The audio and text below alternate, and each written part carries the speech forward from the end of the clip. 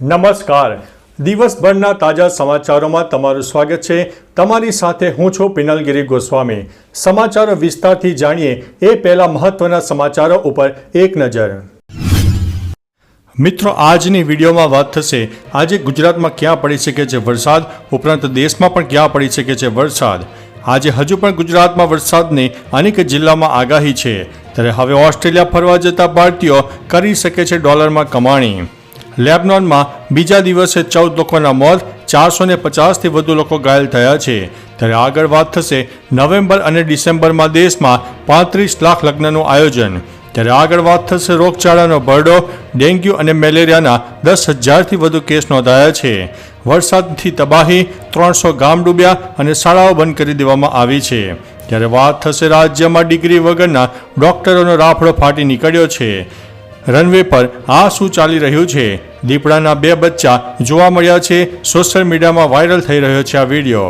ત્યારે આગળ વાત થશે ઇઝરાયલ વિરોધી મતદાનથી દૂર રહ્યું છે ભારત. હવે મિત્રો સમાચારો વિસ્તારથી. બુધવારે યુનાઇટેડ નેશન જનરલ એસેમ્બલીમાં પેલેસ્ટાઇન પરથી ઇઝરાયલના કબજાને 12 મહિનામાં દૂર કરવાનો પ્રસ્તાવ રજૂ કરાયો હતો. 193 સભ્યોની સામાન્ય સભાએ દરખાસ્તને સ્વીકારી લીધી છે. 124 દેશોએ ઠરાવની તરફેણમાં મતદાન કર્યું છે. 14 તેની વિરુદ્ધમાં અને ભારત સહિત 43 દેશો મતદાનથી દૂર રહ્યા હતા. મતદાનથી દૂર રહેલા લોકોમાં Bharat, Australia, Canada, Germany, Italy, Nepal, Ukraine અને બ્રિટનનો સમાવેશ થાય છે. મિત્રો, અન્ય મહત્વના સમાચારની વાત કરીએ તો સોશિયલ મીડિયામાં એક માદા દીપડો 2 બચ્ચા સાથે રનવે પર લટાર મારતો વિડીયો વાયરલ થયો છે.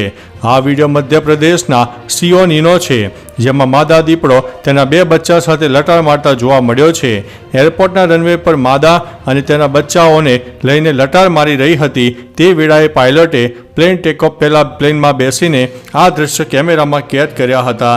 લોકોને દીપડાનો આ વિડીયો ખૂબ જ પસંદ આવી રહ્યો છે. મિત્રો, અન્ય મહત્વના સમાચારની વાત કરીએ તો રાજ્યમાં ડિગ્રી વગરના ડોક્ટરોનો રાફડો નીકળી પડ્યો છે. આ બોગસ ડોક્ટરો લોકોના આરોગ્ય સાથે ચેડા કરી રહ્યા છે. સુરતમાં સવા મહિનામાં 31 તો રાજકોટમાં 6 મહિનામાં 4 તબીબ બોગસ ઝડપાયા છે. સુરતમાં એક ડોક્ટર તો LIC એજન્ટ નીકળ્યો હતો.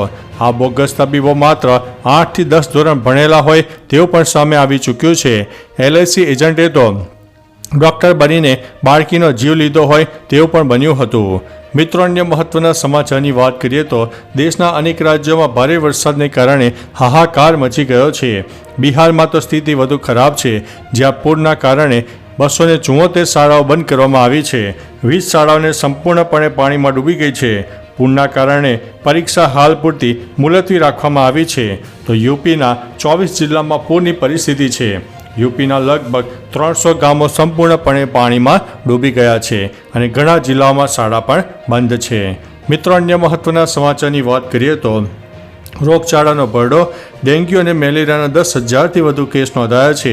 વરસાદે હમણાં વિરામ લીધા બાદ અત્યારે સમગ્ર રાજ્યમાં મચ્છરજન્ય રોગચાળો વકર્યો છે. સરકારી આંકડા પ્રમાણે રાજ્યમાં ડેન્ગ્યુ અને મેલેરિયા અને વાયરલના 10,000 કરતાં પણ વધારે કેસ નોંધાયા છે. રોગચાળો વકરતા તમામ જગ્યાએ દવાખાના અને હોસ્પિટલમાં દર્દીઓની લાંબી લાઈનો જોવા મળી હતી. સુરતમાં જ ખાલી 17 દિવસમાં 20 લોકોના મોત થયા છે. મિત્રો, અન્ય મહત્વના સમાચારની વાત કરીએ તો નવેમ્બર અને ડિસેમ્બરમાં દેશમાં 35 લાખ લગ્નનું આયોજન. દેશમાં નવેમ્બર અને ડિસેમ્બરના મધ્ય સુધીમાં 35 લાખ લગ્ન થવાનું આયોજન છે, જેના પર અંદાજિત 4.25 લાખ કરોડ રૂપિયાનો ખર્ચ થશે. PL કેપિટલ પ્રભુદાસ લીલાધરના અહેવાલ પ્રમાણે આ માહિતી આપવામાં આવી છે. એવું કહેવામાં આવ્યું છે કે 2023માં સમાન સમયગાળા દરમિયાન 32 લાખ લગ્નો થયા હતા. CAITના સર્વે પ્રમાણે 15 જાન્યુઆરીથી 15 જુલાઈ વચ્ચે ભારતમાં 42 લાખથી વધુ લગ્નો થયા હતા, જેના પર અંદાજિત 5.5 લાખ કરોડનો ખર્ચો થવાનો અંદાજ છે.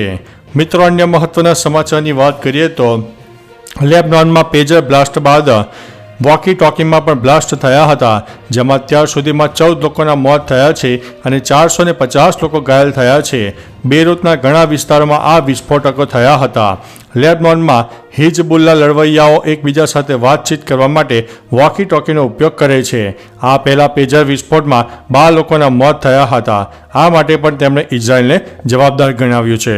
મિત્રો, અન્ય મહત્વના સમાચારની વાત કરીએ તો હવે ઓસ્ટ્રેલિયામાં રજા માણવાની સાથે કામ પણ મળી શકશે. ઓસ્ટ્રેલિયન સરકારે મોટી જાહેરાત કરી છે. ભારતના લોકો ઓસ્ટ્રેલિયામાં હરવા ફરવાની સાથે કામ પણ કરી શકશે. ઓસ્ટ્રેલિયન સરકારે માઇગ્રેશન એમેન્ડમેન્ટ ઇન્સ્ટ્રુમેન્ટ અંતર્ગત ફેરફાર કર્યો છે. નિયમો પ્રમાણે દર વર્ષે 18થી 30 વર્ષ સુધીના 1000 ભારતીય યુવાનોને વર્ક એન્ડ હોલિડે વિઝા મળશે, જેને બેકપેકર વિઝા તરીકે ઓળખવામાં આવે છે. મિત્રો, અન્ય મહત્વના સમાચારની વાત કરીએ તો આજે પણ ગુજરાતમાં વરસાદની શક્યતા છે. ગુજરાતમાં અમદાવાદ, આણંદ, પંચમહાલ, દાહોદ, વડોદરા, છોટાઉદેપુર, નર્મદા, ભરૂચ, સુરત, ડાંગ, નવસારી, વલસાડ, તાપી, જૂનાગઢ, અમરેલી, રાજકોટ, ભાવનગર અને ગીર સોમનાથમાં હળવા મધ્યમ વરસાદી ઝાપટા થઈ શકે છે. નોંધનીય છે કે આગાહી અનુસાર નવસારી જિલ્લામાં સવારથી જ વાદળછાયું વાતાવરણ જોવા મળ્યું હતું. ધીમી ધારે વરસાદ પડ્યો હતો.